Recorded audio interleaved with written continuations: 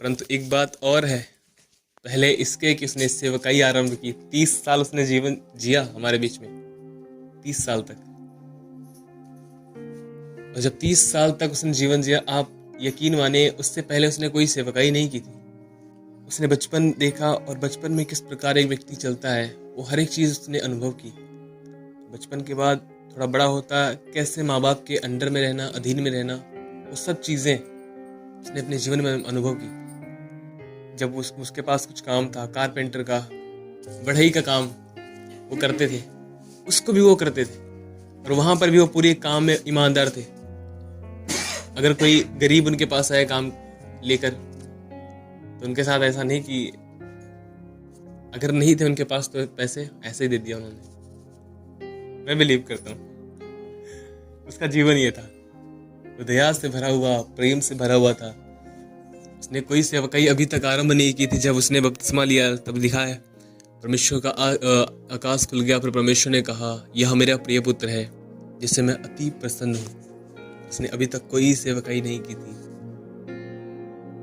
कोई सेवकाई नहीं की थी। उसने एक जीवन जिया था और उस जीवन से परमेश्वर खुश था। हालेलुया। उसका बाद जीवन था, उसने हर एक चीज को अनुभव किया। कैसे बचपन में एक व्यक्ति जाता है, बचपन के बाद जब वो जवान होता है, और फिर उसके बाद धीरे धीरे हर एक चीज को, बुढ़ापा नहीं। सुनिए, प्रथम आदम जो बनाया गया उसने बचपन नहीं देखा, और अंतिम आदम जो आया उसने बुढ़ापा नहीं देखा। हालेलुया। इससे हमें क्या सीखने को मिलता है? हम मसीह में कभी बूढ़े नहीं होते। हालेलुया। हम बूढ़े नहीं होते। फिजिकली हो सकते हैं, पर स्पिरिचुअली और मेंटली हम बूढ़े नहीं हो सकते। अगर हम खुदा के कलाम को थामे हुए हैं और उसके वचन के अनुसार चल रहे हैं, या जरूर आप पाएंगे अपने जीवन में आप कभी बूढ़े नहीं हो सकते। आपके जीवन में एक ताजगी और एक अद्भुत एक नयापन सा बना रहेगा। कभी उस चीज को महसूस नहीं करेंगे कि आप वीक हो गए या फिर बूढ़े हो गए। हालेलुया।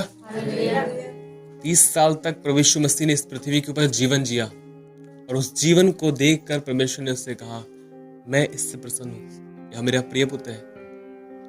अब तक कोई सेवकाई नहीं की थी, कोई मुर्दा नहीं जिलाया गया था, कोई कोढ़ी को उसने शुद्ध नहीं किया था।